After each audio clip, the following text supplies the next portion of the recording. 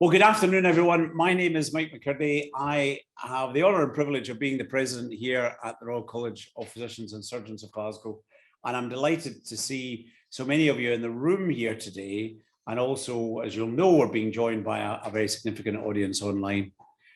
And the purpose of today is really to begin to think about COP27, which is going to take place in November of this year in Sharm el-Sheikh in Egypt, and to be reflecting to some extent on where we've come on the journey since COP26 was held here in the city of Glasgow in October, beginning of November 2021.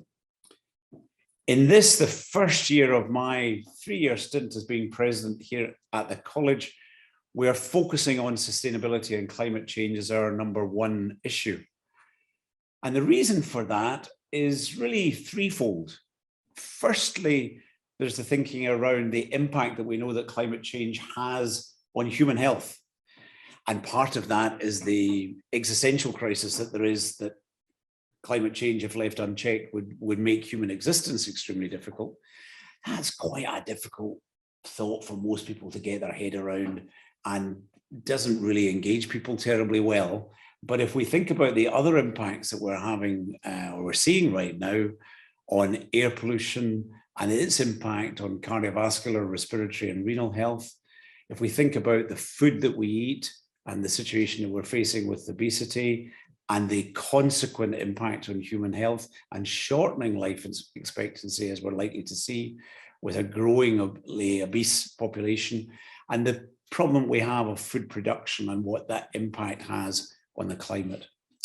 So that impact on human health. And then we need to remember, and we're going to discuss in part today, and I'm delighted the Cabinet Secretary is going to be joining us shortly, and I should have said a particularly warm welcome to Sir Gregor Smith, our Chief Medical Officer for Scotland. It's a delight to see you here, Sir Gregor, today. We know that we in healthcare, even though we think every morning that we go to work that we're doing some good, we're actually producing somewhere between 3.5% and 4% of the country's carbon output here in the UK. And that figure is even higher if you go to other parts of the world where healthcare installations require air, just lost the word there, sorry, air conditioning in order to do their work. So we know that the impact of delivery of healthcare is a real one, a real live one for us all as clinicians to be thinking, what can we do? Some of that is on a system basis about hospitals and facilities and transport, and the Scottish Government has produced a tremendous policy on trying to make our healthcare service and system a little greener. But some of it's about individual choices that we as healthcare clinicians can make. And that's the third theme of our thinking this year, is to be thinking, how do we respond to that as individuals, as institutions? So we're delighted today to be partnering with Walk2COP27. I'm not going to say any more. I'm really delighted to see so many of you here physically in our college building, and also to our audience online. Good afternoon. And I'm going to hand on now to Sam Baker of Walk2COP27. Mike, thank you very much indeed for that. Thank you so much indeed for hosting us. Fantastic. And thank you also very much to the hardworking IT and audiovisual support. So my name is Sam Baker. I'm speaking to you as a representative of the many people who have contributed to making Walk2COP27 something, and we'll talk about what it is in a minute. This is day one of the 45-day journey from Glasgow COP26 all the way down to Egypt. It is a virtual journey. It is day one, though. It is an exciting day for me, and I hope everybody else who is going to participate in it. So just a sort of reflection, a look back to COP26. Hosted in that fantastic city of Glasgow. I must admit, so I'm not a experienced COP follower, but I was a little bit underwhelmed by what came out. I was a little bit underwhelmed by some of the redactions that were made, and it didn't really seem necessarily to match the severity of the issues that we face around climate change. However, I did feel that there was a real appetite from national government, from local government, from the private sector, from citizens to embrace change, to really think about this issue seriously, to make a big difference and to participate. And so when we set out to build this initiative, Walk2COP27, we were really imagining that we would be amplifying this movement, amplifying this excitement, capitalizing on all the good work that's been done by so many people. However, as we all know, an awful lot has happened since then. So since November last year. And to be honest, the focus on climate change has been significantly diluted globally by geopolitical and economic factors. Those have, in some way, they were going to happen anyway after COVID. There was an enormous amount of disruption, obviously, in supply chains, but of course, we've now got the war in Ukraine exacerbating that as well. And actually, it seems like action on climate change has very much been deprioritized. But even worse, in some cases, we're actually seeing those actions, those promises reversing from some of the previous gains and some of the previous agreements. For instance, the US-China agreement that was made during COP26. So Guterres at the beginning of the United Nations General Assembly a couple of days ago. So if you haven't looked at his speech, please do. I think it's really instructive. It's really interesting. And as usual, it's quite sort of shocking in his language. But he put it very succinctly. He said emissions continue to increase. Fossil fuels are actually back on the agenda. They're more popular than they were as governments talk about energy security. So that's what we're facing now. And of course, climate change hasn't gone away. We've changed our focus, or we've collectively changed our focus, but climate change hasn't gone away. Its impact is devastating. It's existential for some people. It's life and death. And again, just borrowing from Antonio Guterres' talk, he'd just come back from Pakistan. He called it climate carnage. That's what he saw in Pakistan, climate carnage. I think I read that up to a third of the landmass was actually flooded. It's staggering. It's difficult to believe. And so anyway, that's the grim side of things, obviously. But without apologies to Christiana Figueres, who I'm sure that everybody knows or has heard of, I am indeed a stubborn climate optimist. I'm wearing my T-shirt, if you can see that there, stubborn climate optimist. And what that really means, I suppose, to me, is that I believe that we can make a difference. Yeah? And not only do we can make a difference, but we need to make a difference. And action is actually the antidote to some of the feelings that we've got of being a bit overwhelmed, of feeling helpless, sometimes feeling despair. But by acting, we can at least help ourselves feel better and feel like we're moving things in the right direction. And so the work that so many of you are doing, initiatives like Walk2COP27, there are millions out there. I've met many over the last year. Fantastic work. If we can work together, if we can remind both ourselves and everybody else that this is a huge priority, again for ourselves, but also for future generations, then I think we're going to help climate action become real and stay on the agenda. So to Walk2COP27 specifically, what we hope to do is to catalyze climate action through three specific sort of contributions. And the first one is create an opportunity for everybody to learn from everybody else. And so this town hall, for instance, is a great opportunity for me to learn from our speakers and panelists. And I hope it is for everybody else as well. So there are lots of opportunities we've tried to sort of build into this initiative, but that's one thing. And the underlying belief is that pretty much everybody here has got something to say and something to help other people understand things better. They might be technical items, they might be emotions, but everybody can share. The second objective is to forge a sense of solidarity. And what we found and during sort of COP26, we walked from London to Glasgow, we spoke to an awful lot of people.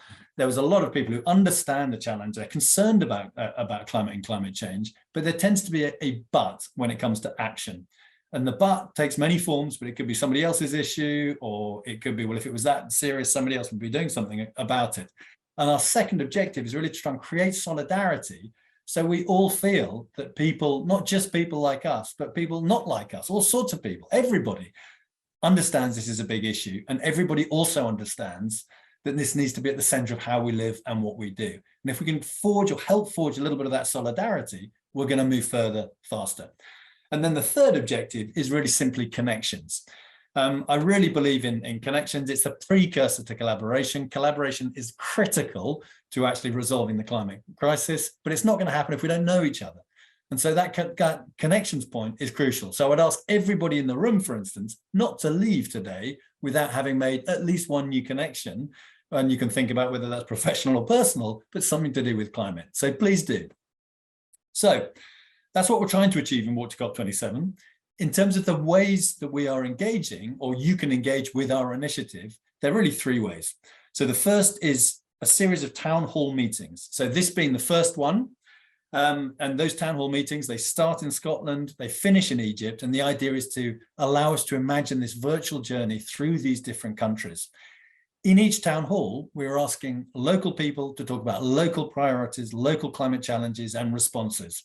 And so we can all begin to better understand how this is a similar issue, but also different in some cases by economic or by geographic context, and how the responses, again, are similar, but in some cases differ. So I think those are going to be great opportunities to learn, but also to engage, to ask questions, etc. The second way to engage is a bit more active. So this is around walking, running, cycling, or traveling in a wheelchair in teams, wherever you are. And so the team could be your organization, it could be a group of friends, it could be a football team, whatever.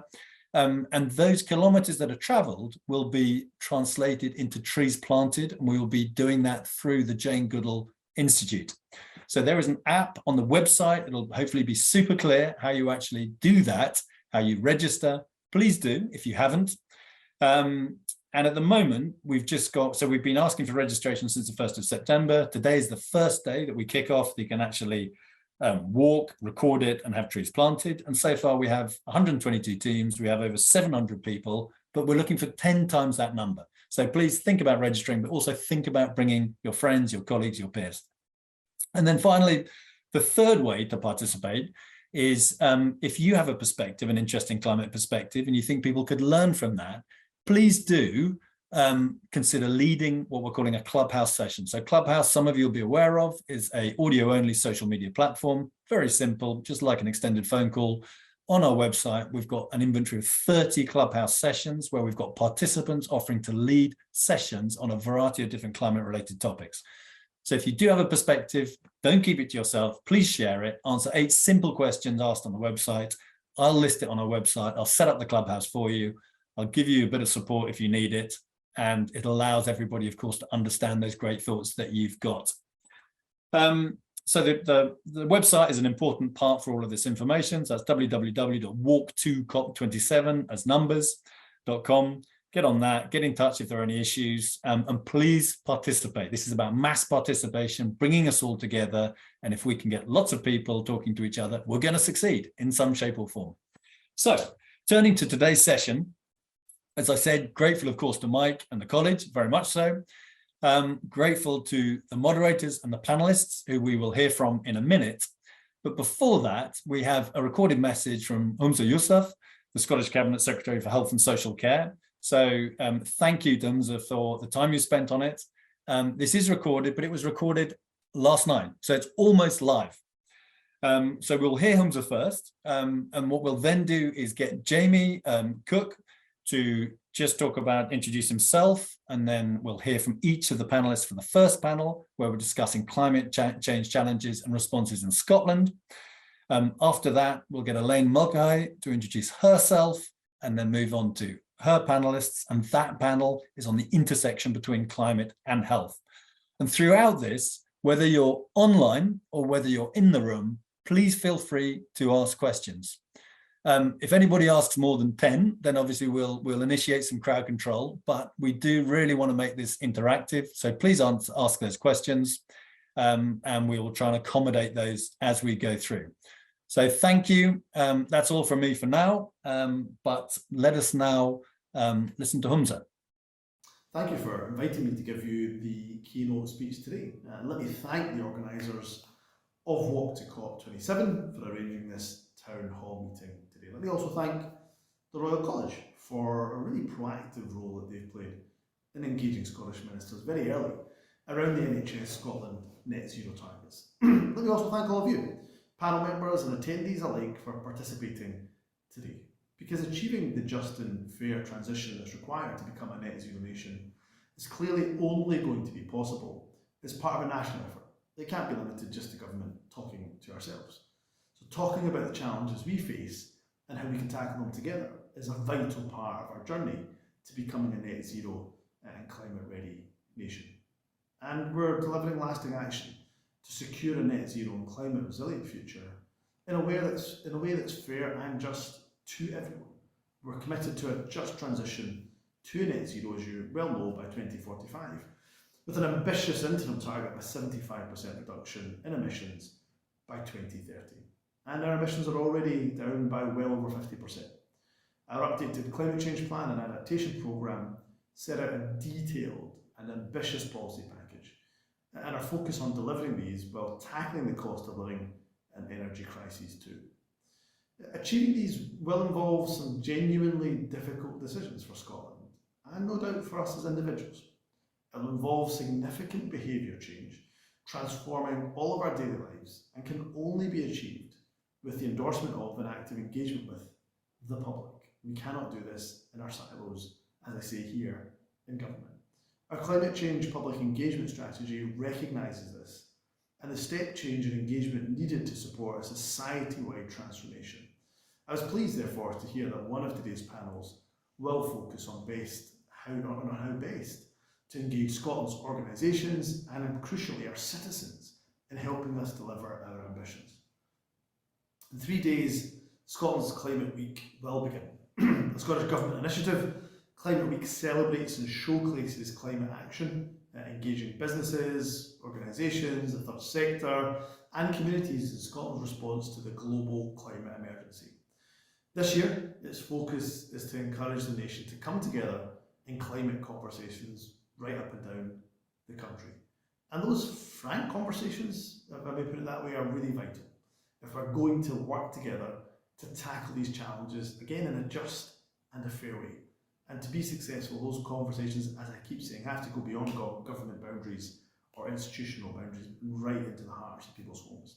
And that's why I'm really encouraged by the wide participation of today's event, both in terms of its panels, but also those who are attending as well. As I say, we all have a role to play in that transformational change we want to see.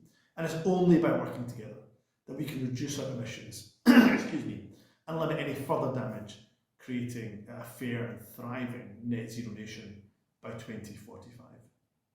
But conversations are not enough. We need to take these engagements beyond, as I say, organisations to families and individuals and wider society. Climate conversations will take place against a backdrop of real, genuine worry and concerns that people have about paying their rent, about heating their homes, getting through this winter, and also keeping their jobs.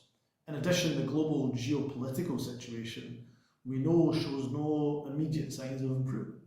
So it's good to demonstrate that sustainability is not just about a better future, but a better today. And as Cabinet Secretary for Health and Social Care, I'm acutely aware that the climate and ecological emergency is also a health emergency for us. So we will play our part with a really ambitious strategy around how health and social care can play its part in reducing emissions, whether that's from the buildings that we currently have or the buildings that we will build in the future, whether that's through treatments and looking at, for example, inhalers and our use of inhalers to treat asthma and other conditions, or indeed whether it's through, for example, ensuring that access to whether it's primary care or secondary care has public transport in mind, and those public transport connections at its heart. We will do our best to ensure that health and social care play our part in reducing emissions, both in terms of the interim target and of course the wider target towards 2045 for the country. And of course we've got a very ambitious target for health and social care in relation to 2042. Can I end by thanking all of those who are taking part, as I say, both panellists and also those who have attended. I cannot stress just how important these conversations are, but they are not an end within themselves. It is about taking these conversations to the doorstep, to the hearts of people's homes, into their living rooms, and making sure that we are not imposing upon them what we want them to do, but getting them bought into what it is we're trying to do, taking them on the journey alongside us. And I've got no doubt just how critical and vital conversations and town hall meetings like yours are today. So thank you very much to all those who have organised and to all of those involved. So my name's Jamie. Hello to everyone online and to everyone joining us here in Glasgow today. As I said, I'm the head of fellowship engagement at the RSA, and we bring together people across the world to look at how people and ideas can make a difference, can change the world for the better. I'm particularly driven by the fact that we have this network of nearly 31,000 fellows across the globe, including Sam, who's a prime example of the kind of impact that RSA fellows are having. And we were delighted last year at COP26 to work with Sam as Walk2COP27 brought people here to Glasgow. And it's fantastic to see that building out as we continue these vital discussions. For us at the RSA, I think we would go even further than the ambitions that the Cabinet Secretary just shared. Net zero is not enough. We need a regenerative future, one that is actually rebuilding people, planet, and place, that's allowing people to not just survive, but to thrive as we move forward. And that requires us to not only have these bold ambitions, but to collaborate, to connect, to learn here in Scotland, but across the world, because this global climate emergency is going to require global solutions. But much as this journey to Egypt starts today in Glasgow, so do many of our discussions for the impacts that we can have here in the country. So I'm delighted that we have a fantastic panel to share some thoughts and inspiration for this first session, very much looking at some of the work that's taking place here in Scotland, but some of maybe the challenges that we face or the gaps that we face in terms of rhetoric and action. I'm going to ask each of them to introduce themselves quickly as they give maybe a few minutes just on some of your thoughts and reflections on where we are, and then we'll open it up to discussion between those of us here in the room, but also those online. So please, if you've got questions for the online audience, stick them into the chat. Sam will send them across to me on WhatsApp, and we'll try and cover as many as we can in roughly the next half an hour. So I'm really looking forward to this discussion. It is very much a starting point. This is about how we build the action that we need to see growing out of this.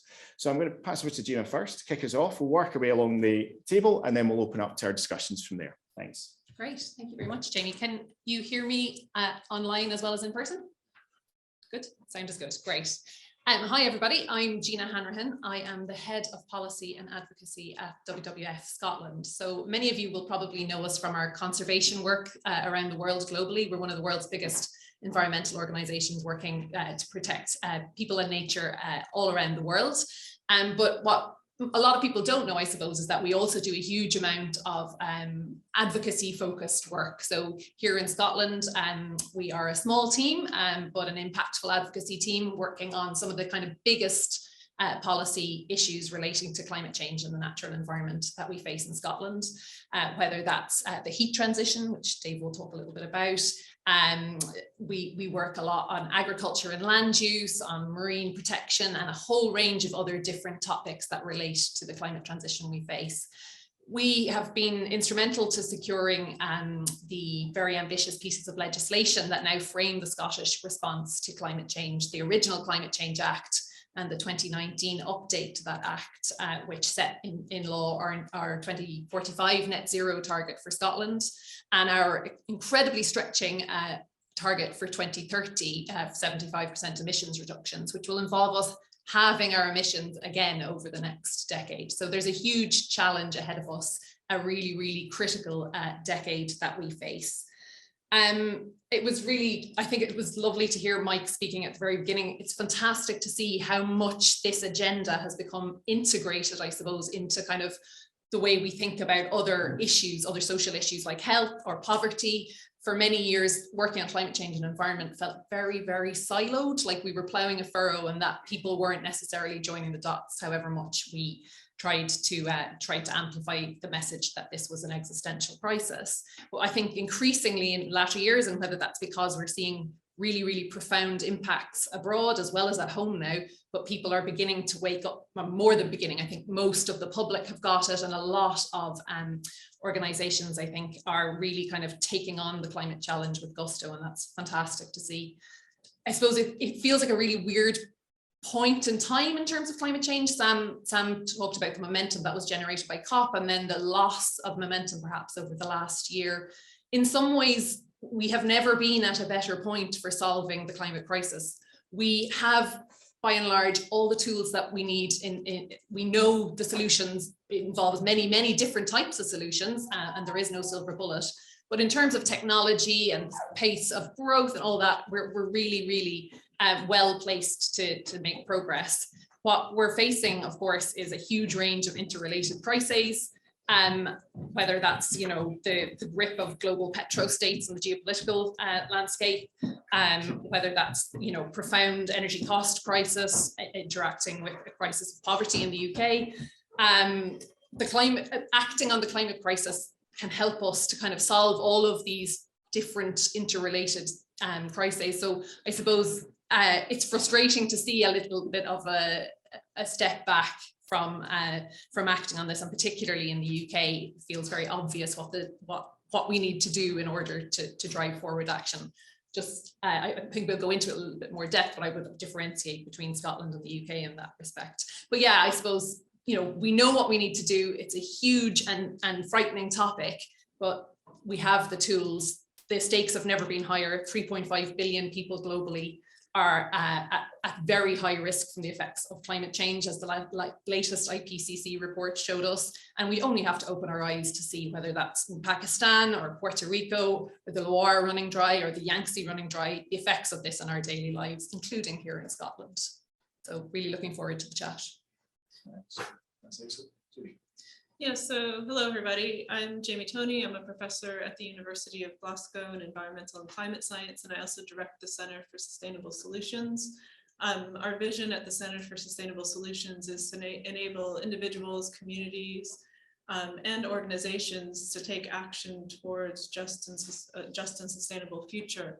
And being at a higher education institute, we do that through research, education, and partnership. And so one of the things that I wanted to speak about today is one of our strongest partnerships, which is with Glasgow City Council. And ahead of COP26, we actually ran a series of green recovery dialogues. And one of the things that I think is really important in this space is it brought together practitioners, researchers, and policymakers to really understand the complexity around the challenges that the city faces.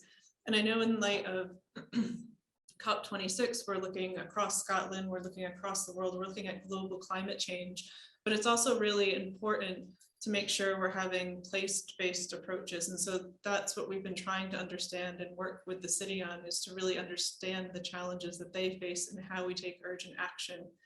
And so when I look across some of the urgent areas we defined back in 2020, heating and housing, which I'm sure Dave is going to speak to, rethinking consumption, greening the city. I think that COP26 was really good about opening conversations, bringing people together. A lot of us have a similar vision in terms of moving forward. There's been a really big push now to take a systems approach. So here in Scotland, you don't hear similar things that you maybe hear down in England, where we're not going to focus on the climate emergency because we have to focus on fuel poverty, or we have to focus on the cost of living crisis. They're all connected, and that's really important. So I think that's a really big difference in Scotland, and it's a really important difference in terms of moving forward. I've been successful in leading a group of academics. There's about 60 of us now that are involved in a program called Gallant, which is using Glasgow as a living lab to tackle some of these urgent problems. And so that's everything from flood adaptation and resilience to biodiversity, to what we do with vacant and derelict land, how we involve communities in regeneration of that, active travel, how do we get more people walking, wheeling, cycling, as opposed to using cars, and finally the clean energy, especially at the community scale. So in terms of tackling all of these issues, the challenges that I see are, there's a lot of people that are wanting to make change, wanting to take action. There's a number of conversations, there's a number of different visions that are all going kind of in the same direction, but we need to be bringing these together more so that the actions that we're taking are synergistic, and there's much bigger change that we see coming out of the kind of smaller actions that we're taking. So I see that as a real challenge area. I think we're at a point in Scotland and in Glasgow where we have that buy-in. We just need to be able to take that to the next step and start really showing change in this space. Thank you. And Dave. Welcome everybody. Can you hear me okay? I think maybe not long bit. How's that?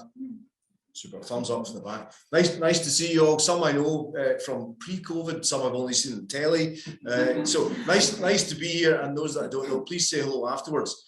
What's a guy who works for a company that does refrigeration doing in a room that's talking about climate change?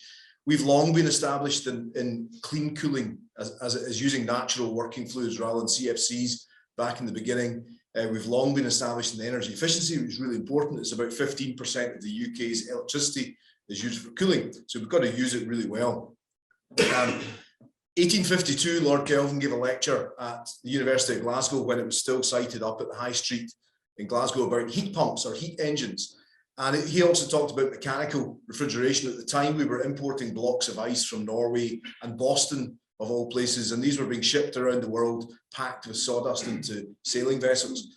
Mechanical refrigeration took off because it really wasn't a better way of doing it.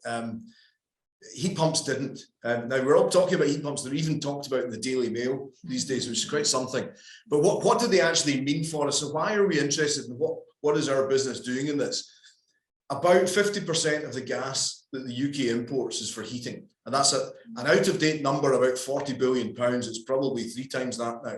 And we burn it.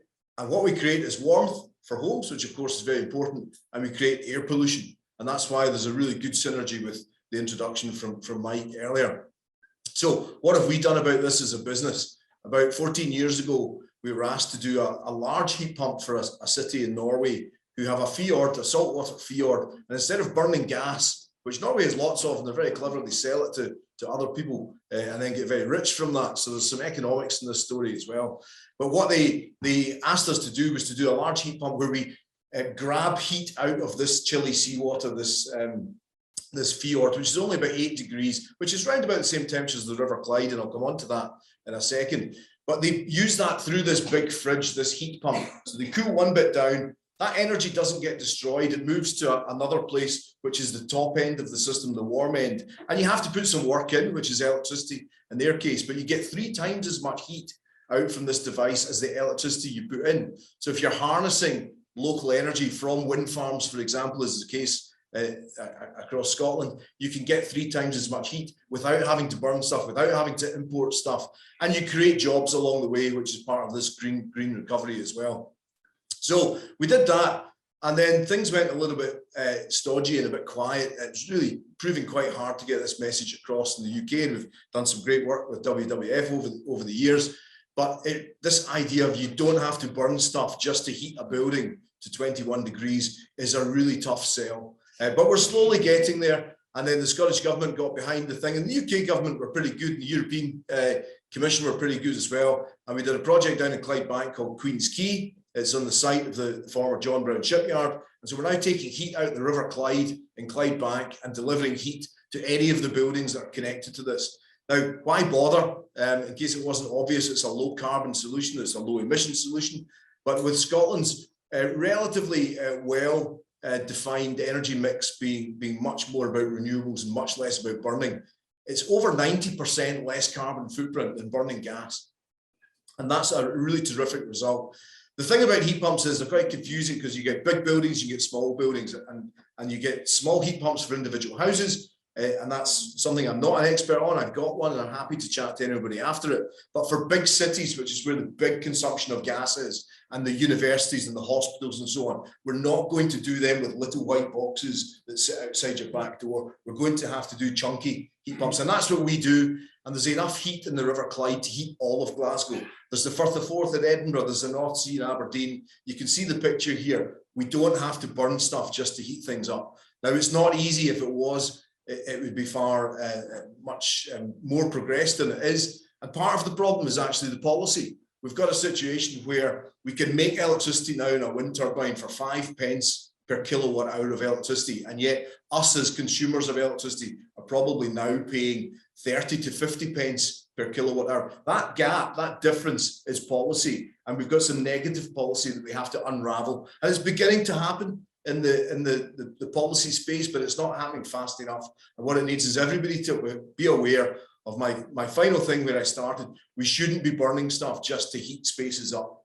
So I hope that's an inspirational message. It's not going to be easy. Individual houses are difficult. The final thing I'll say, sorry, is if you have a gas boiler in your house this coming winter, and it's the type that's got the pretty little plume of steam coming out the back above your back door, please look at it.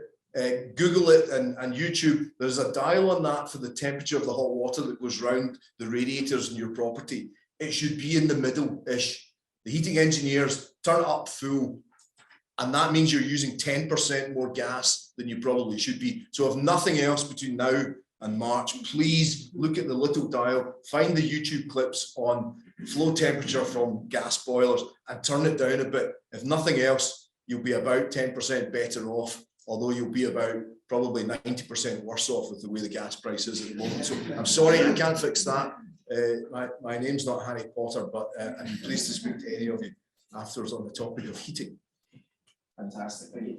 I think what I'll do is I'll jump up here so that then we can keep the microphone moving between people over here. Thank you, that's really fantastic contributions and provocations and bringing together different parts and sectors, going back to Gina's point about it's not being siloed anymore, but actually business, academia, policy and advocacy coming together to really shape those changes, and also hearing about some of those impacts. And I think recognising that in Scotland we certainly have an open space for many of these conversations. But I suppose quite often the million or billion dollar question is, what is that gap between rhetoric and reality? And I just wondered in opening up some of the conversations just now to the panel, we heard some great ambitions from the Cabinet Secretary, but from your experiences in the areas you're working on, you started to touch on this a little bit.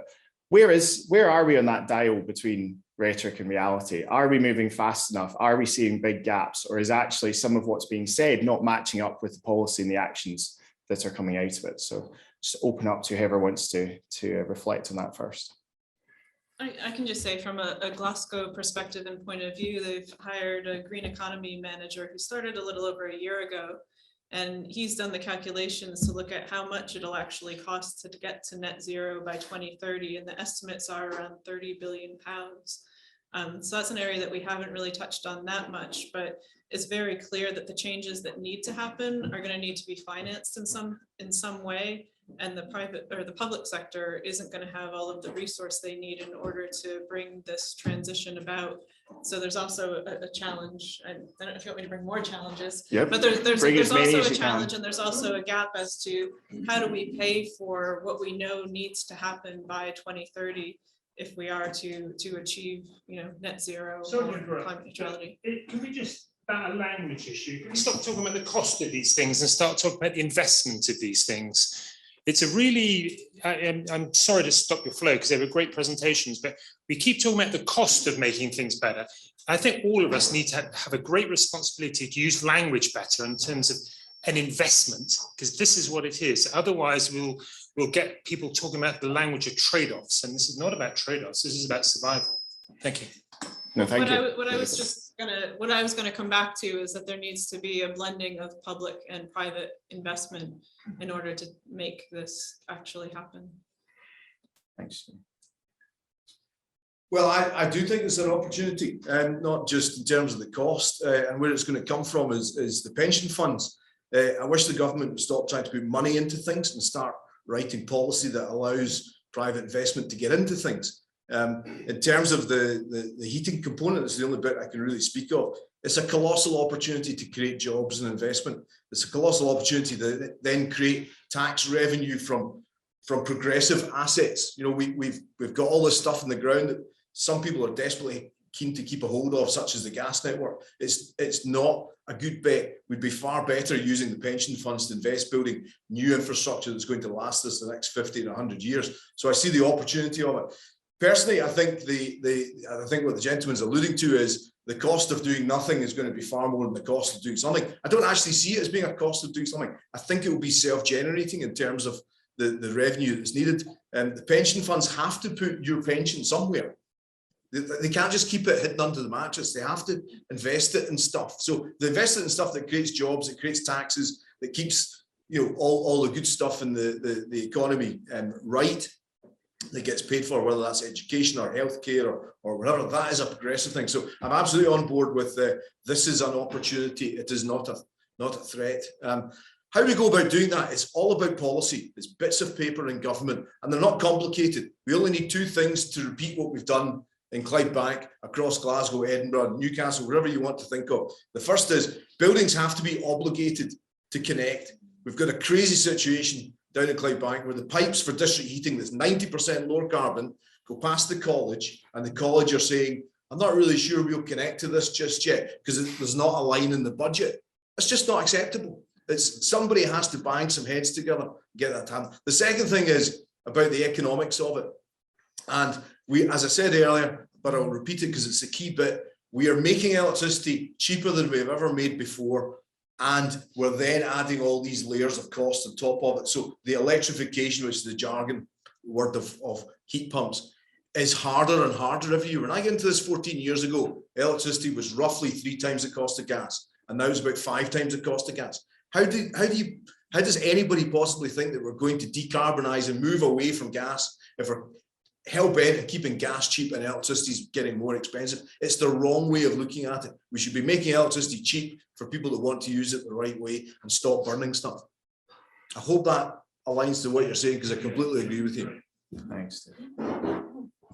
Yeah, also massively agree with that point. And I suppose, you know, we also see how governments can conjure up money when they want to without spending it necessarily on the right thing. So I think, you know, we have had a huge break at UK level recently in terms of what governments are willing to put money towards. What we're getting is in many ways short-termist supply side solutions. We're not looking at it holistically. We're not looking at the energy crisis holistically, looking at what we can invest now to reduce demand at the earliest possible point to free us from the volatility of fossil fuel prices. So completely agree with that. Just returning to Scotland, yeah, I think Scotland, you know, the climate agenda here is very, very well embedded by comparison to a lot of nations. And we've been having very sophisticated conversations for quite a long time about what needs to change, what policy needs to happen. And, you know, there's this the Climate Act framework exists and is a very useful kind of benchmark or guiding tool. It gives policymakers very clear annual targets and decadal trajectories that they need to meet. We've seen lots of really quite ambitious statements of intent from the Scottish government in latter years, whether you take the intention to decarbonise 1 million homes by 2030, that's a really, really strong and ambitious target. They're going harder on heat decarbonisation than perhaps many other places are. We've also seen some really, really exceptional targets around nature-based solutions to climate change. So big investments, for instance, into Scotland's peatlands, which will help to reduce emissions and build resilience, stop wildfires, etc. when we re-wet them. So lots of really good things happening. But I think there is a little bit of a gap between rhetoric and reality. We're very, very good at target setting and the kind of, you know, vision statements. It does kind of start to grind slowly to a halt as we get towards the delivery phase. And that's where we are in terms of climate change now. And for organizations like mine who campaign to get, you know, big commitments put in place in legislation or policy, it is so far from job done when that happens. That's actually only the beginning of a much, much longer and more difficult process. So for instance, you know, we've been campaigning for years around energy efficiency and heat in buildings. We've had a big new announcement last year that the Scottish government is going hard on that, and that's going to be really great. It's going to help from a fuel poverty perspective. It's going to help, you know, from a health perspective. People in cold homes are subject to all sorts of health conditions. And it's going to boost the economy, deliver jobs, etc. But, you know, there has been a big civil service investment in it, lots of resource going towards it. But even at that, the pace is slow. We need to see more detail coming through quickly. People are not able to make decisions about what their heat, you know, what's going to work for them in their homes because they don't know what options are available to them. So there's a lot of work that needs to happen at that kind of delivery scale. And I think, you know, Scotland isn't well resourced enough at the moment to be able to do that very well. You know, in terms of civil service capacity, there's lots going towards heat. Other areas perhaps don't have that level of just human resources to throw at the problem. We also have budgetary constraints. So the budgetary settlement, you know, I think climate action has been relatively well protected and advanced in the last couple of years. Maybe not the transformational scale of budgets that we need to see across the board, but, you know, certainly very, very strong. But, you know, Scotland is limited in terms of what it can borrow, and there are huge market forces at UK that need to change, I think, to be able to underpin the transition that we want to see in Scotland. So Dave was talking about the the differential between electricity and gas. I mean, that needs huge market reform if it's going to drive the heat transition that we want to see. That can really only happen from the UK government, which doesn't seem at the moment to be investing enough energy in that kind of market redesign stuff. So it's really, really complicated, I think, but it's in that delivery stage that things are really slowing down and becoming harder. Thank you. And we've been working at the RSA with Scottish Government over the summer looking at the just transition within the energy sector. And I think that idea of lack of clarity over what's coming next is coming back from the public as quite a strong issue, that people know there's change, they know there's targets, but actually what decision do I make about my boiler now if actually in 2 years' time we might go down a different path, or 3 years and I'm going to have to replace again. And I think that just transition framing for me is such a critical part of this, that it's not just accepting that we dump people or people get left behind with this, but actually how do we bring people along as we move to a new economy and new society that is actually sustainable and regenerative for the future. I'm conscious we're quite tight for time today. Unfortunately, it's kind of conversation that we could easily just have with this panel, let alone moving on to the next fantastic panel. So I just want to open up to the room just now, see if we've got any questions or comments quickly. And just to remind anyone who's online, if you put a question into the chat, we will try and come back to it, or we can respond to it after the session. So gentleman put his hand up here. Just here, just in front of you there. Oh, sorry. No, just here. Okay. Thanks. Feel free to introduce yourself, and then if we can just have a quick wee question so that we can get a chance to respond. So I'm Roddy. I'll just do it without the microphone. Yeah, I can always repeat so that they can hear online. So, yeah. My name is Roddy from the University of Strathclyde.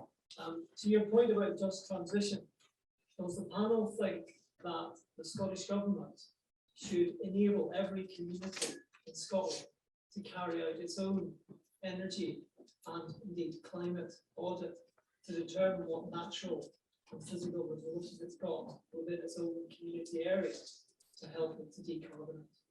Fantastic. So just for anyone, in case you couldn't hear online, it was very much about, should the Scottish Government be supporting each community to carry out its own audit about the resources and the abilities it has around energy and other parts of that transition, just transition coming to fruition. So over to the panel.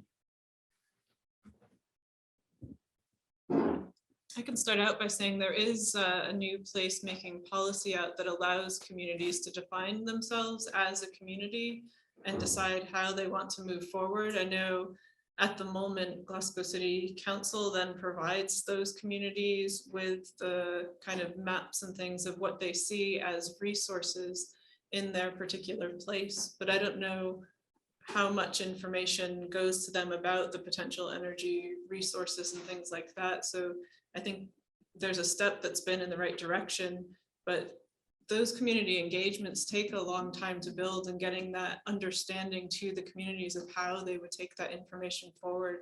There probably needs to be some sort of consultation with the communities to show them what they could actually do. I'm going to sound a little bit like Kenny Dalglish and say maybe it's eyes and maybe it's no's. Yes, communities should be encouraged to do things, but the economics aren't right to actually then enact these pieces going forwards. Give you an example. There is nobody, I guarantee this, there's nobody here today or online that lives in a property that cannot be heated with a heat pump. The problem is that they're expensive to buy and they're expensive to run. They're expensive to buy because they are a bit complicated. We don't do enough of them. And so the costs are high, and you're putting one in one street and the guy's going away and doing one in a totally different town the next day. So we need an economic framework where you can do lots of them along the same street, if that's the case, or if it's some buildings, if it's a flat in Denniston, for example, or Jolens, it's probably not going to be an individual heat pump for that flat, but the community, so this is a community piece, does come back to collective action. I think if we're thinking that the solution is going to come by people in a community rising up, being committed, they're going to run against the hard economics of the policy being pretty poor in terms of the energy piece. So that's maybe my lawyer phoning, I don't know. But what we have to get to is the economics that are right. So nobody should have to buy a heat pump up front in cash. It's a bit like mobile phones. We've probably all got one.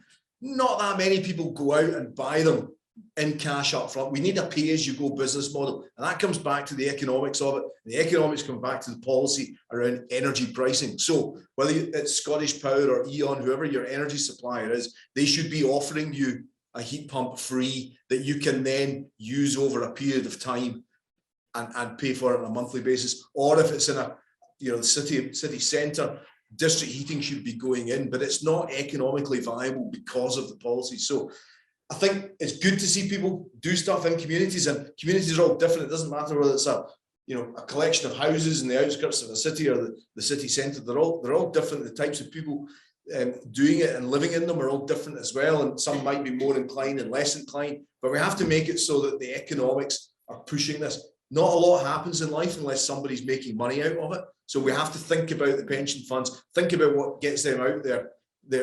They're placed where they're investing the wrong stuff to invest in the right stuff. And that comes back to policy. I could write it on half a page of A4. It is not complicated. We just need to think about the effect policy has on investment. The most profound thing I heard at COP26 was Mark Carney saying there's trillions of dollars of investment for projects. He's nearly right. The projects don't exist yet because they aren't viable from a financial perspective. But if you make them viable with the right policy, there will be trillions of dollars flowing into these right things. Communities can get what they need, which is something different from what we're doing at the moment. But I promise you, if we try and do the same thing again, but slightly different, find something different to burn. This big push over the last 15 years to biomass was a real disaster, in my opinion, because it's not a clean fuel. And actually, we should be planting trees, not chopping them down. So there's been lots of false starts around this. We need to get to the reality. We don't live in caves. We shouldn't be burning stuff.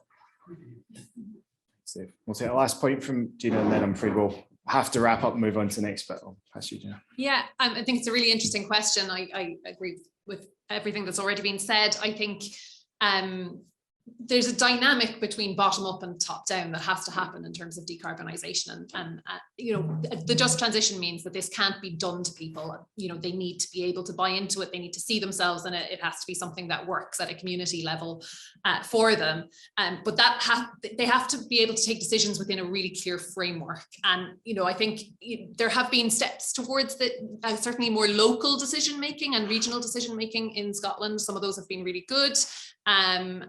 For instance, this is in the agriculture space or the land use space, there's been efforts to develop pilot regional land use partnerships which kind of map out what needs to happen for the net zero transition within individual landscapes, and then enables kind of decision making within a framework. They're the kind of models that we need to have, but in order to do that, we need absolute policy certainty about the direction of travel at that top level. We don't have that across the board, not least in agriculture. Fantastic. And I think that really does sum up that potential we have. There's an opportunity. We're certainly starting here in Scotland from a good open space for dialogue and conversation, but yet so much more is needed to be done. We can't rest on those laurels of what we feel we've achieved or we might achieve one day in the future. We actually have to be putting the work in the direction of travel now to be able to get there. A huge thanks to Gina, Jaime and Dave for their contributions. I think, as you can easily see, this could have been a full day's worth just of conversations here, and I know that we'll be very keen to keep those conversations going over the coming months and years. Hand over to the next panel now with Elaine, and we'll continue that discussion as we look into the links between climate change and health. Thanks, everyone. My name is Elaine Mulcahy. I'm the director of the UKHACC Alliance on Climate Change.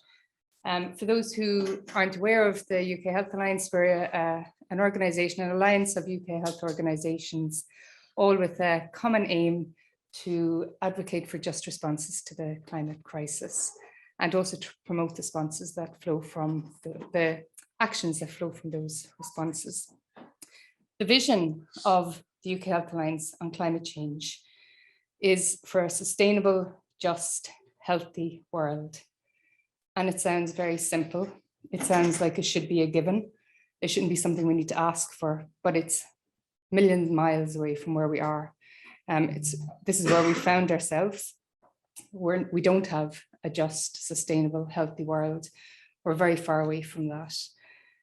We've got a lot of work to do, as we've heard. We've talked a lot. We've known about the issues. We've known about climate change happening for decades. We're on the 27th year of COP. of COP, we've been talking and talking. There's been negotiation after negotiation after negotiation, and the planet is getting hotter and hotter and hotter, to the point where we're now in a climate crisis and we're in a health crisis. So that's where we found ourselves. However, I'm going to, I wrote down what was Sam's t-shirt. I've even lost the words about being an optimist. Oh God, a stubborn climate optimist, right? I was going to say I'm a stubborn climate optimist, clearly not. But I'm hopeful, And certainly since COP26, there does seem to be some kind of shift in the collective momentum and that solidarity of people saying, actually, we need to start talking and we need to start seeing some action.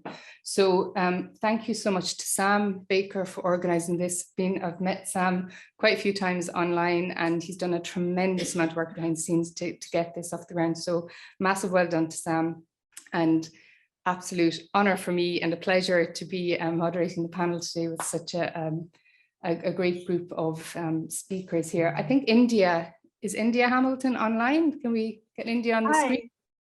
Hi, can you hear me? We can hear you. Yeah, unfortunately, I think the tech is going to fail us for video. So I think it's just my voice. I hope that's okay. Okay, I will remember that you're there. Without seeing you, I need to take a look at my head. Slightly strange, I'm sorry about that. We've got your picture up there among everybody else. Okay, well, thank you so much, India, for joining us. So as Jamie did before, I'm going to start by asking each of the panelists to introduce themselves and say who they are and their perspectives. And I'm just going to run just over the topic today. We're talking about climate change, health services, and citizen health in Scotland. So that's the focus of where we're at.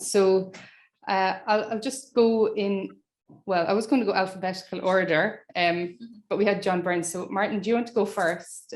Is that okay? And we'll do it that way. Over to you. Thank you. Is it hear me okay? Yeah, grand. Yeah, so I'm Martin Johnston. I'm interim head of sustainability for NHS Greater Glasgow Clyde. To give you some perspective, we are the largest health board in Scotland, most likely the UK. We serve a population of 1.2 million. We serve a population of 1.2 million people. We employ circa 40,000 staff. We've got a turnover of £3.2 billion. So we're by no means a small organisation.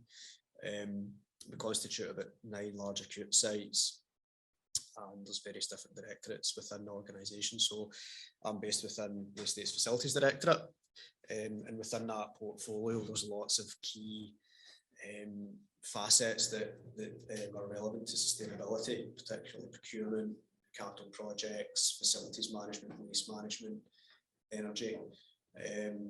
But it's cross-cutting, and as part of my role, I'm taking national policy and on new NHS Scotland sustainability policy and strategy, which cuts 5 years off the government's 2045 target, and within that we actually need to be net zero for heating by 2038, which will be some challenge considering some of our assets, such as Glasgow Royal Infirmary, €200 building, steam heating. So it's my role to take that forward and work with senior leaders within the organisation in what is currently a cluttered landscape of priorities, given the exiting COVID pandemic, recent waiting times that you'll probably see in the news, trying to get airtime with senior leadership and get this on the, no, it's not an agenda, but raise it up the agenda, raise its profile, and actually offer it up as a solution to potentially medium to longer term problems. It is challenging, but we're getting there. We've got, we've recently appointed a non-exec board member as our sustainability lead. We've got an executive champion, created a governance group that is now cross-cutting for the full organisation with senior leadership. Key challenge to that has been engaging with clinical staff. So I'm no means clinical at all. My background's been within industry, and we've set up a governance group. And again, to give you a sense of scale, within our clinical directorate, there's 20,000 staff. And we have a deputy chief of medicine, Scott Davidson, sharing that group, because they need to buy into all the changes we are trying to push forward and lead most of them, in terms of how we procure our goods, how we deal with our, how we advance our services, and how we deal with our waste particularly. If anything that I've taken away from it is a transformational change management process. We need to engage with staff side, we need to engage with communications, with L&D. Sustainability now has to be the golden thread. Again, I'm looking within rather large microcosm of NHS, Glasgow and Clyde, but within Scotland as a whole, I sit on the executive programme board for climate change and adaptation with Gregor. And we're looking at collectively how can we each board contribute and learn for wholesale change across Scotland. And like any large organisation, change and turnaround takes some time. So I'm looking at it corporately in terms of how we as an organisation run, but also looking at the public health aspects around prevention better than cure, touching on working with communities, building GGC as an anchor organisation, so that we are engaging with communities, providing economic opportunities, trying to get people out of poverty. And if you're doing that, you're thinking further down the line around that hopefully they're not going to need as much of our services moving forward. And again, to give you an idea of scale, out with national procurement, GGC alone engages with 5,000 suppliers locally, with a turnover of about 290 million. So we employ 40,000 people, but we probably indirectly put in a lot to the economy and other people's roles there as well. I could go on, but I'll stop. Thank you. India, I'm going to hand over to you next, if you want to introduce yourselves and tell us a bit about the work that you do, your perspectives. Yeah, okay. So my name's India Hamilton. I am from Jersey. I live in Jersey, and I am doing a PhD at Glasgow University. My work here in Jersey is based around a food systems business. To explain what a food systems business is, we have to start by understanding that the system from which we buy our food is fundamentally separated from our agricultural system. So as a food system business, we are aiming to reconnect our purchasing with agriculture through the concept of community and business, and using a systems design approach and regenerative economics. I say that last one tentatively because it is relatively new in people's minds. We didn't have a business plan per se or a product. We didn't aim to target any specific areas of sustainability like carbon or educational health. We went to understand the place-based reality of what that was, the ecological farming wasn't viable and the access to healthy food was really hard. We had to work out economically how to connect people's buying power with ecologically focused farming. On a technical level, we used a thing called systemic venture modeling and arts-based projects and creative projects within the community. And part of my PhD is validating the process that we used. We've created off the back of that work a community shop owned by 250 households. We buy from over 100 different local businesses and agroecological businesses worldwide. To us, our model is about developing a care-based model around interactive relationships with households, not just about seeking as many transactions with as many people as possible. From this shop, there are themes of business in which we operate that all contain their own set of sustainability data points and business development opportunities. Themes like the circular economy, biodiversity, really farm-based stuff, soil-based stuff, all the way through to collaborative partnerships and education. And through this model, we're starting to understand that we work indirectly in a raft of different sustainability goals. But what is emerging out of the areas of these business areas appears to be health.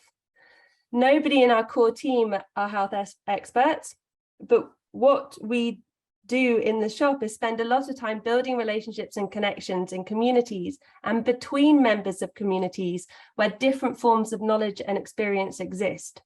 And from that, people are really starting to connect around their own health challenges, such as diabetes, IBS, anxiety, and food poverty. And through that, are using our shop in a practical way to manage their disease. Saying that, this conversation is super new. And the idea of designing a business around a food business, a simple commercial food business around the notions of care, is something that's really hard to capture and understand. And I sit and I look around all these different areas. And one of the examples of how to embody care is as simple as the height of the store shelves. They're low so people can catch eye lines with other people and start conversations. These are really small concepts that capture and spark conversation, which start to build models of care. One of the areas that it really came alive was during COVID. We had no business plan. We had this very flexible model. We had a care-based model. And as a result, we had a strong policy written in February 2020. It wasn't just about fiscal survival. It was about acknowledging and responding to the different needs within our community, knowing that people who are physically and mentally needing more support could negatively impact everybody else unless managed properly. So what we did was respond quickly to them and steer people into the wholesale market without them causing any threat to the shop floor. Getting to understand your community in response to their kind of health has been investing heavily in the ability to speak and communicate within the shop floor and making it a very strong material reality of our business. And we've learned a lot from that. After 3 years, we know that we indirectly work in many different sustainability areas. We worked hard at getting the basic economics right between the agricultural system and the food system. And from that, we can see many opportunities of intersecting climate and health.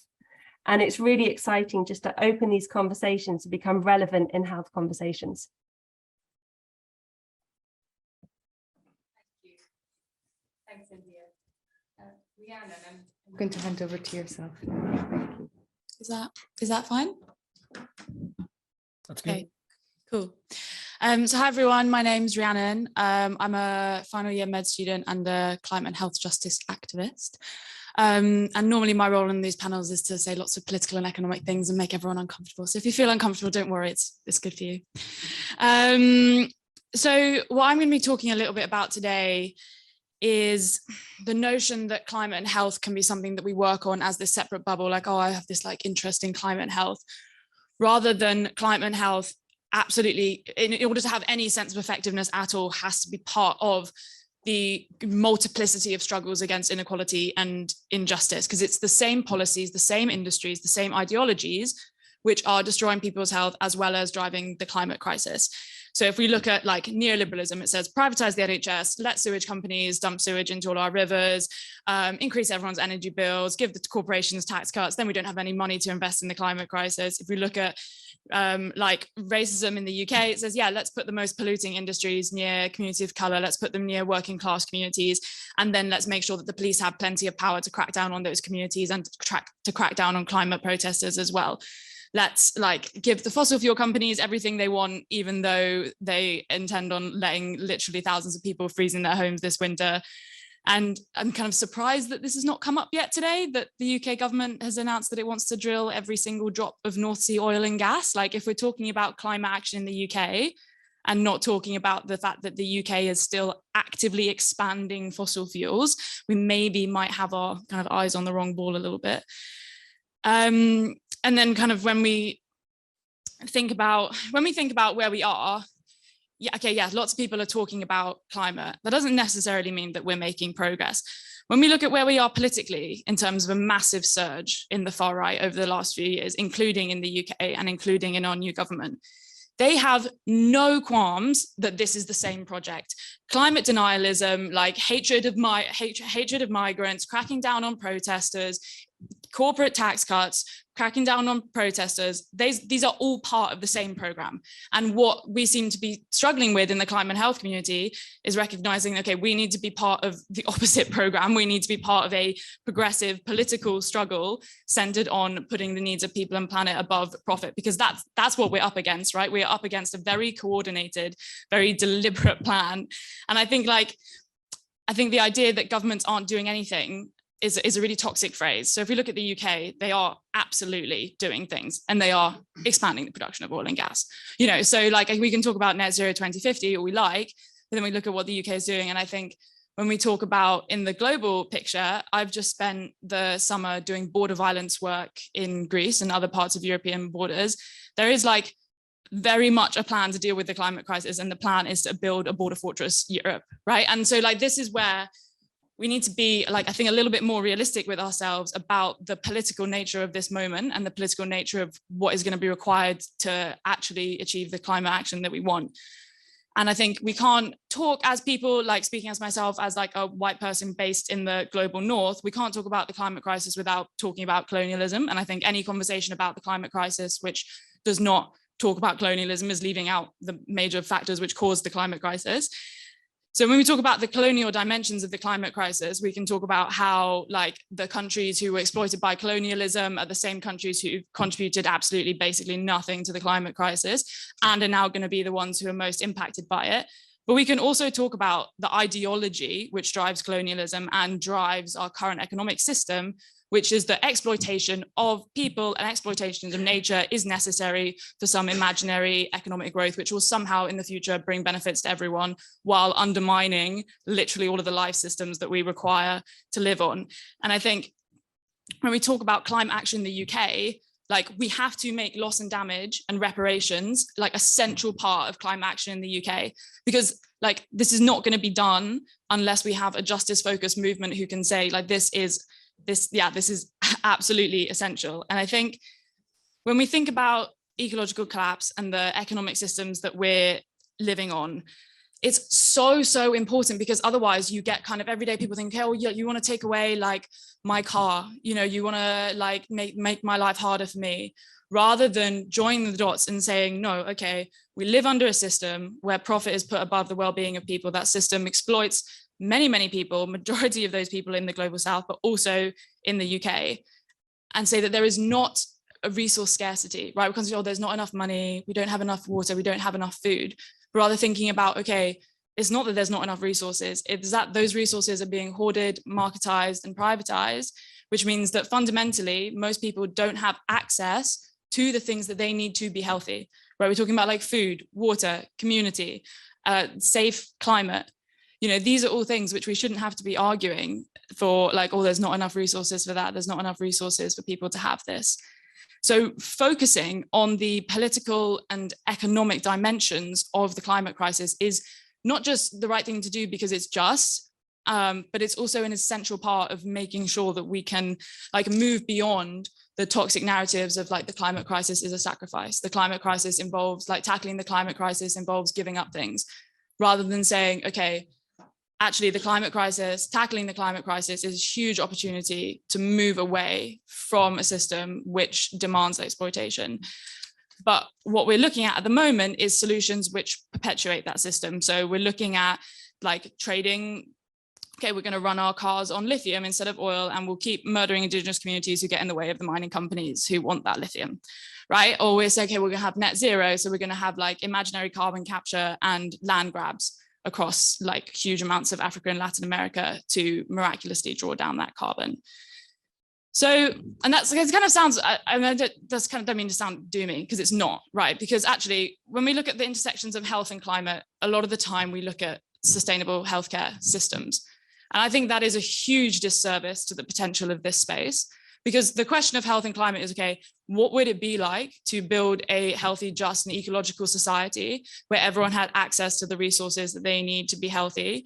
and that like we do not have a system which fundamentally requires those things to be taken away from people, right? And that is like a huge, expansive and exciting question, which as the health community, we can like start to get people involved in. So I'm going to end on like 5 kind of like practical things about the political and economic intersections rather than just like big systems. So I think the first one is like connecting struggles in the UK, right? In the UK, we have like a huge resurgence in the trade union movement. We have the Enough is Enough campaign. We need health and climate people to be saying, like being part of that movement, saying, yeah, like trade unions are essential for our health. Trade unions are essential for tackling the climate crisis. We need health people to be supporting things like environmental racism campaigns like the Silvertown Tunnel. And there's like quite a few groups who are doing this really well, like Health for a Green New Deal, who are bringing in things like migrant justice, racial justice, gender justice, economic justice into a coordinated program supported by the health and climate community. I think the second one is ending harm done by the UK. Like we absolutely have to be focused on ending oil and gas expansion in the UK. Right, like that's just like, I don't really know why that's like not even just like the main focus of most of our climate conversations, right? Because we cannot have any new oil and gas if we are to stay below 1.5 degrees. And the UK is the last country who should be expanding its oil and gas. And they've just announced a massive mega new oil field called Rosebank. If you want to get involved with the campaign to stop that, look up Stop Gambo. And I think then we need to think seriously about decolonization and movement building, right? And decolonization can't be some kind of like nice academic term that we kind of like band around in institutions. It means like supporting frontline communities materially, like amplifying their struggles. So we've got a project called the People's Health Hearing, which is amplifying communities resisting fossil fuel extraction in the global south. It means like wealth transfer. It means advocating for loss and damage and reparations in the UK. And it means opening up the discussion to ideologies, in particular indigenous ideologies, which are based on being in relation with people and with nature. And I think the second thing is movement building, because like all of these things are none of these things are going to be given to us. Like none of these things are going to be given willingly by people who are hugely profiting from the system as it is. And we need to build enough power in social movements to combat that. Like the billionaires aren't going to save us, switching off our lights isn't going to save us, right? We need to be part of like organized movements who can cause enough disruption, like change the Overton window, political mobilization to make these things a reality. So looking at things like the Health for a Green New Deal campaign again, civil disobedience by people like Doctors for XR. Yeah, so I feel like I've definitely gone over my limit, so I'll stop there. But I think like we absolutely have to expand this conversation of the health and climate, of like, what is the economic system we're living under? How does it just like destroy our health? And what are the possibilities of one that doesn't? And I think that's the most exciting parts of this conversation. Not that I don't like sustainable healthcare, but I'll stop there.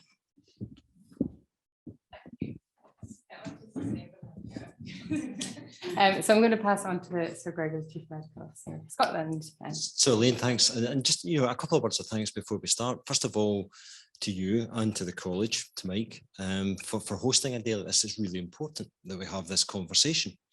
Thank you for finding a photograph of me that must be 15 years old. God knows where you got that, but my God, to see myself with dark hair again has been wonderful today. It's made my day. This is a really important conversation, and I guess from a kind of CMO perspective, it's one that we had its roots in the formation of the realistic medicine movement, and that was a movement that began with myself and my predecessor Catherine Calderwood in 2015. We always spoke about how we would begin to introduce the issue of sustainability into not just sustainability in terms of climate action, but sustainability in terms of sustaining universal healthcare provision within this country as well. And so over the last couple of years, since I became CMO, one of the things we've begun to do is to explore what that means for health and social care in Scotland. I think it's really important that we do that. As we've done that, there's kind of 3 broad considerations that I have in mind when I tend to approach this. The first of all is, I think, part of the conversation that we're supposed to be having today, which is the impact on health in Scotland of climate change and how we prepare for that, how we assess the risk as it emerges, particularly from whether it be vector-borne disease, different types of illness that we're likely to see as a consequence of that, different movement of people from different parts of the world that we may have to provide care to. Whether it be the resilience of a health and social care system that is likely to come under increasing pressure as a result of climate change and extreme weather events, or whether it's the health and social care system's contribution to taking action against the climate emergency as well. Those are the three aspects that we've begun to consider. And in developing the NHS Scotland sustainability and climate emergency strategy, we've started to encapsulate some of that going forward. Now, people have made the points about sustainability in a broader way, and I think that's really important. This is, for me, is more than just about sustainability in relation to climate action. This is about sustainability of how we continue to preserve the unique function of the NHS in Scotland, that universal provision in particular. It's absolutely critical that we do that. It's getting harder and harder every year with the resources that we have to be able to do that in the way that we want to do that. I start from the premise that any wasteful care is not good care and has an adverse impact on the way that we utilise the world's resources as well. And that's where it really meets the kind of aims of realistic medicine, is if we take that starting point. And you can start to see the flavour of this beginning to come through in the strategy, which was published a couple of weeks ago. Second thing about this is, I don't think that the action here can be separated from other issues that impact on the NHS and on social care in Scotland as well. So, we've spoken about the health inequalities that exist across Scotland, and Scottish Government's committed to a just transition, and we've spoken a little bit about what we mean by that just transition, but it's really, really important that we see this in the round, and that a lot of the policies as they're developed must be able to and meet a test as to addressing some of the, if you like, the combined challenges that we face across society.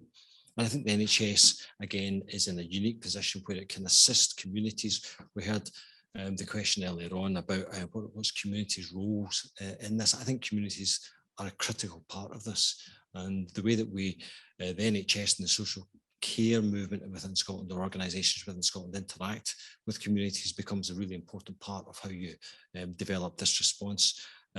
Martin, maybe say a little bit about the work that anchor institutions and how they are beginning to develop in Glasgow. So I think this is a really important part of it. But rather than kind of going any further, Elaine, I think the most value from this conversation is probably is that we get into the discussion with people around about particular issues as they relate to health, particularly in Scotland just now, and how we try to approach this. Yeah, I was going to say, as we go on, so absolutely invite people to put their questions, put your hand up if you've got something to ask, and also we've got people online as well, so please do ask questions if you can. I was just going to pick up on how you ended there, actually.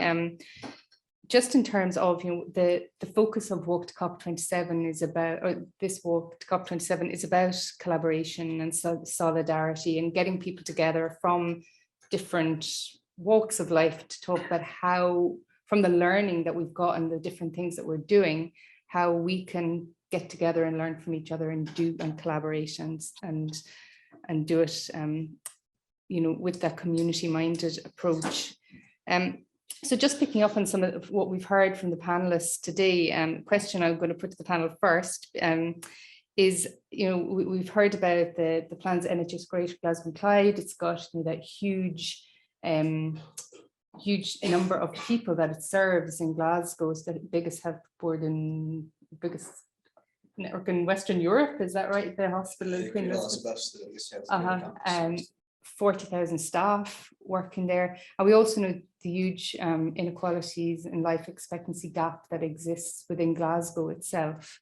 And so drawing on, where we're at with the transformation of the health service to address climate change and for the health service to become more sustainable, that systems approach and the community-based approach that India talked about, and then picking up on Rhiannon's points around justice and inequalities, how do we pull all of those things together in Scotland? What can we do here in Scotland to both address the health impacts of climate change and also make the world a fair, make Scotland a fairer, more equal place for people. So I'll put that to the panel. Anyone who wants to go first. Well, I have a stab first, and others can add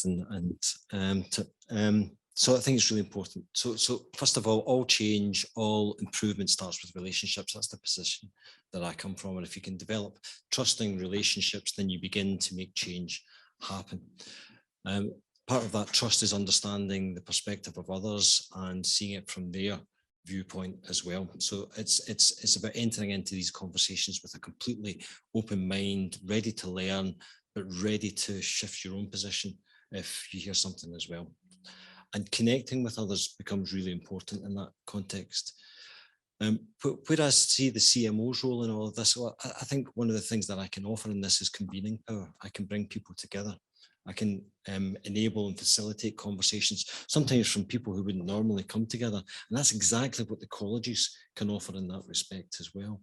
And I think by collaborating in that sense and beginning to widen the type of conversations, to deepen and widen the scope of the understanding that we create, we then begin to see shared issues, shared problems that we want to try to address together. Building those relationships begins to build the, if you like, the foundations for that improvement to begin to happen. But I think it needs more than that as well, because it's not just about bringing people together. You then have to have some sort of method that you can use as to how you're going to go about and bring about that change.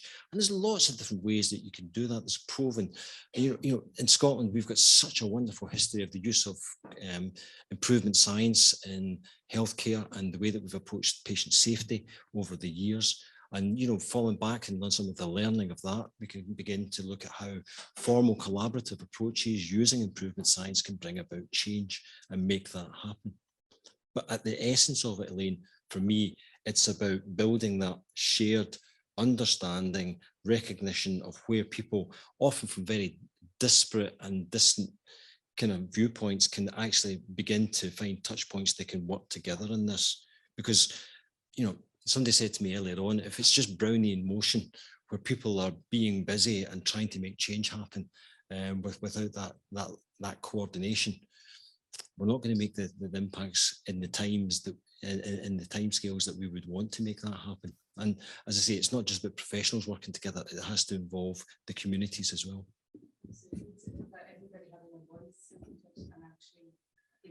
To, I think there are probably a lot of people who feel they don't have that voice. It's just finding a way to give some. Did somebody else in the panel want to? No, I mean, again, it's about that collaboration, and you know, starting with Greater Glasgow, we cover 6 council areas, so we've got integrated joint boards. There's a massive scope there around community partnership and working, but particularly it's working with external partners. So the NHS got Glasgow and Clyde's part of Climate Ready Clyde, which is a multi-partnership working group within the city region. So we're looking beyond Greater Glasgow and Clyde's bounds, and there's colleagues in the room today that are members of that. And from that working group, we've identified that climate change is adversely going to affect the poorest of society in Glasgow. Conversely, these people tend to rely on our services most. So we know we're probably going to get a bit warmer, we're going to get a bit wetter. Gregor touched on it with no vector-borne diseases. So how do we, from our collaborative working, you know, the housing stock is going to become very quickly outdated, but also with those risks there are opportunities. So we're quite cold just now in the winter, it might get warmer, there's less impact in heat and there's less impact on cold related illnesses, but then there's going to be a flip side to that. And that's, getting back to Greater Glasgow and Clyde, how do we then adapt our services to meet these challenges? How do we then adapt our buildings to meet these challenges, given the diverse assets that we have? Again, there's particular projects, particularly Roddy's Climate Neutral Innovation District at Merchant City, Glasgow High Street. We are connected to that through Glasgow Royal Infirmary. Again, we're looking at heat pumps from the Clyde. There's a power of working on there, and it's really fascinating. It's a massive opportunity, but there's so many moving pieces to the jigsaw. And again, it goes back to Dave's comments about policy. Sometimes you run out of carrots and you do need the big sticks to drive that change. And there's so many players involved, businesses, public sector, third sector in particular, and everyone's jostling about their own agendas. But the bigger picture is it's mutually beneficial for everybody. We need to have a more helicopter view and a longer term planning approach. Yes, there might be some short term pain to these changes, but the longer term benefits are going to far outweigh that. So yeah, working collaboratively regionally is the way to go, and potentially I think there's maybe a missing link between the groups that come together. We're part of the Glasgow Green Economy Hub as well, and the Chief Operating Officer for Scottish Power chairs that working group. And again, it's bringing people together from various sectors to collaborate, but ultimately we need some kind of adjudicator, person that holds everyone accountable to actions, to really drive the conversation and the opportunities forward. I think that was one of the points from the previous panel as well, as policies coming out our ears, but it's the implementation of them, making them happen is where it can sometimes fall down. I think, do you have your hand up? Yes. Yeah. I'd like to ask this. I'm Yes. Lucy Reynolds, I'm a paediatrician here in Glasgow and a member of the. I'm Lucy Reynolds, I'm a paediatrician here in Glasgow and I'm a member of the Royal College of Paediatrics and Child Health Climate Change Working Group. And I suppose more than a question, I have a comment and a perspective that as paediatricians, we very, very obviously have duties in terms of protection of children, but as societies, we do as well.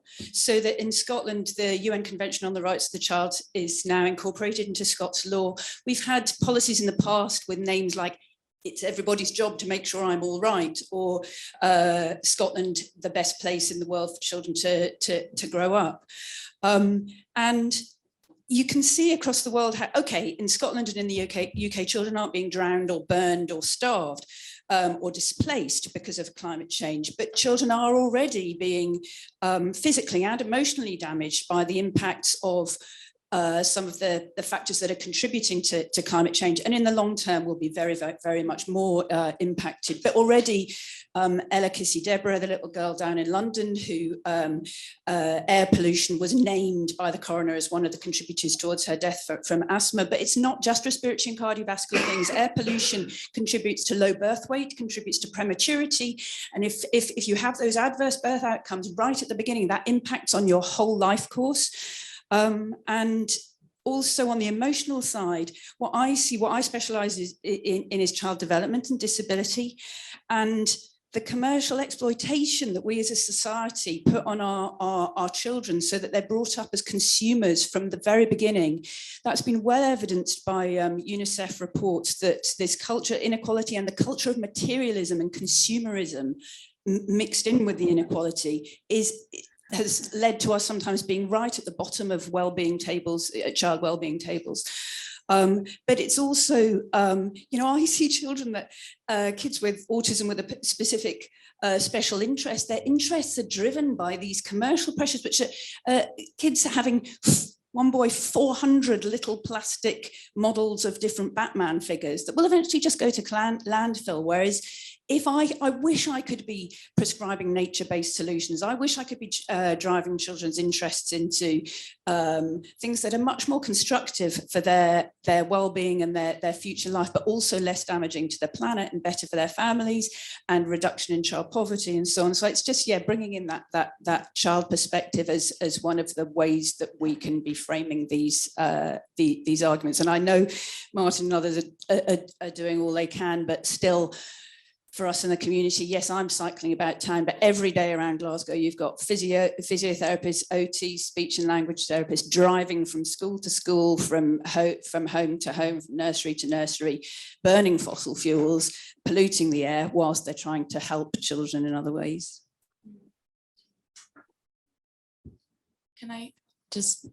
Yeah, I might like to respond to that. Cool. Thank you so much for sharing your perspective as a paediatrician here. That was really really insightful to hear your thoughts. And I think one of the things which you highlighted really well there is I think sometimes we talk about the health impacts of climate change as like a new thing, as something like an additional thing, rather than the acceleration of the things which are already killing people.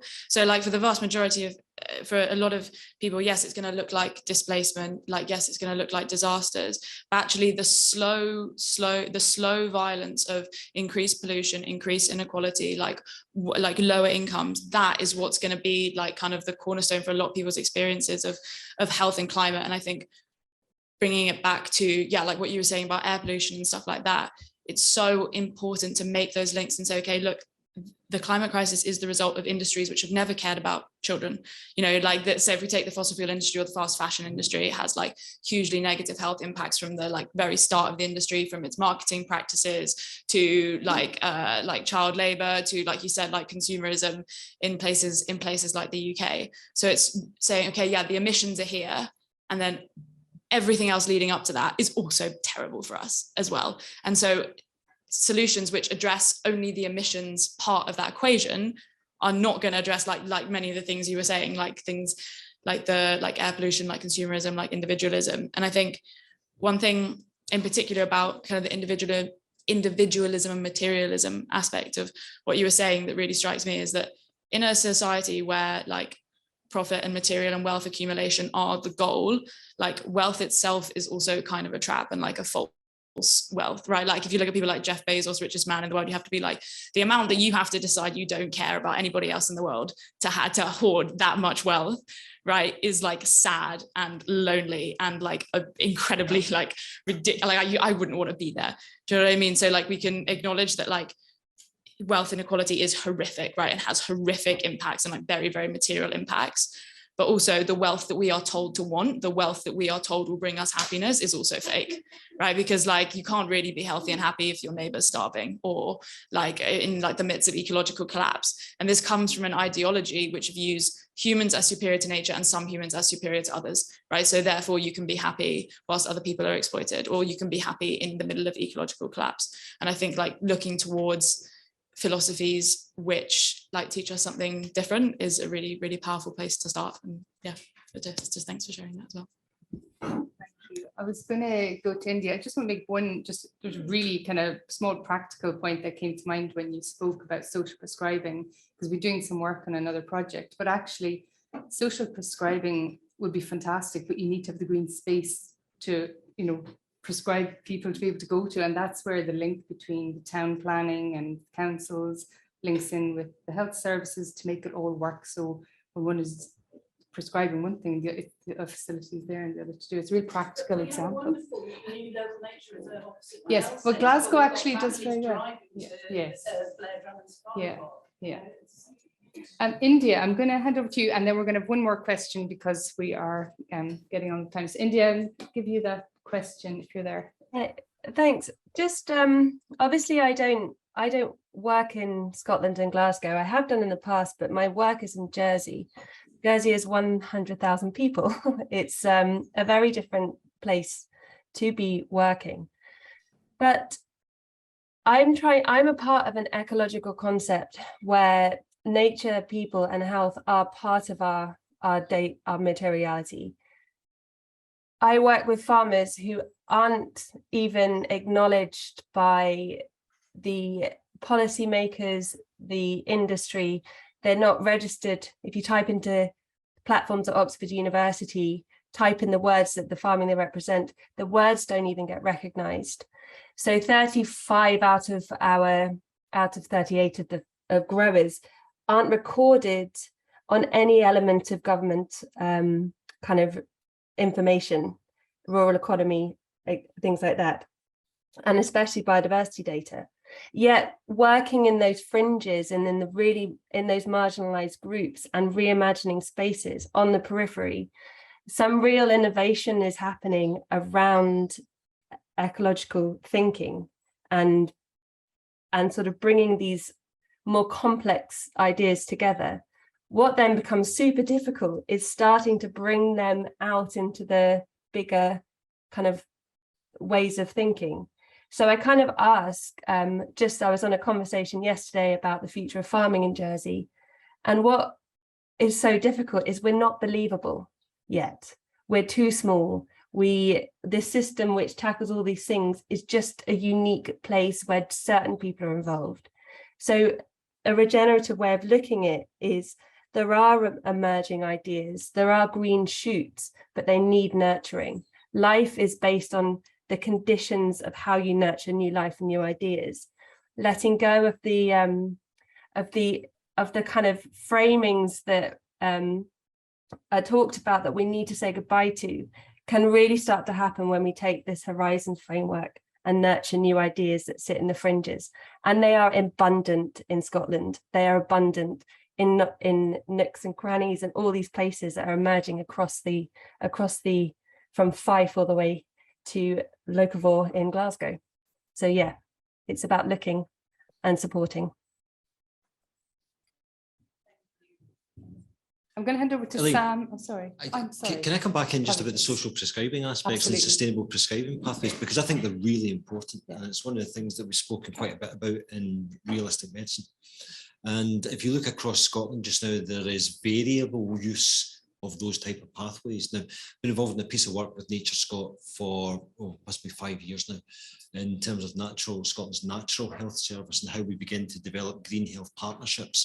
There's 3 demonstrator projects which are currently underway in Tayside, in Highland and in North Lanarkshire, about how we make better use of that green space for both social prescribing but sustainable treatment pathways as well. So whether that be using local NHS estate in a much better way, using either guided walks, exercise, or kind of community garden type approaches, or whether that be linking with other organisations at a local level, third sector and local authority in particular, to use the green space. We're very fortunate in Scotland by and large in that there is green space which is accessible very close to us. Our problem is that often it's very difficult for communities to engage with that green space. And that's where the community planning partnerships become really, really important in making sure we're optimising the use of that green space for the purpose it was originally intended as well. So I'm hopeful and optimistic about what we can do in that area, but what we need to see it is done on a more consistent basis across Scotland, using the learning from some of these demonstrators. And really down to children, because those various pilots are all adults. One of them does talk about families, but at the moment they're all adults. It would be great if you could be connecting health visitors and also linking the fact that is against consumerism, really taking all of it, so changing values, because children are being brought up with the value of stuff. So that when I'm doing developmental assessments and I'm trying to work out what the child can do, I'm finding out that at the age of 3 they can recognise a YouTube icon and can go in and can find video and so on, but they wouldn't be able to tell the difference between, I don't know, a worm and an earwig. I don't know. And that outdoor learning aspect, and again, that outdoor learning is an incredibly important aspect of that. Seeing again some wonderful examples of where that takes place, working with not just children by themselves, but children and their families, because actually you see you see the impact and actually the family dynamics as well by working that way too. And I think again it comes back to, we know what works, we just need to be doing it with greater consistency across the country. Thank you. I think we could talk all day. I'm going to go over to Sam. Sam's got a question online. Are you going to ask it, Sam? Or there you are. Yeah, I think, to be honest, Elaine, I think we've probably run out of time, unfortunately. So what I would say just to the people who ask questions online, so David Baker, Ben Rossington, Fiona and Glyn, thank you. What I'll do is I'll distribute those questions to people I think can answer them. So for instance, there was a question about EVs and we can get Martin to answer that, I'm sure, in the NHS fleet. So I think just to wrap up, thank you everybody for engaging in this. Thank you everybody online. Thank you everybody in the room. A brilliant conversation. I mean, I wish the conversation was running for a couple of days. So just in summary, what I picked up, and this isn't a summary, by the way, this is just a couple of things that I picked up I found particularly interesting. So, at the beginning in the first panel, I think I began to feel quite comfortable. We heard about how things were pretty well integrated, how technology existed. We heard about the plans. Of course, we had Humza talking about fair and just to begin with as well, and sort of, reminding us that that's a really important dimension. We then talked about resources a little bit, and there was a good point from the floor where, we shouldn't talk about cost, we should talk about investment. And then I think, Dave said something to the fact that, Mark Carney talked about all this mobilization of the money, but there was nothing to put the money into because there wasn't a business case.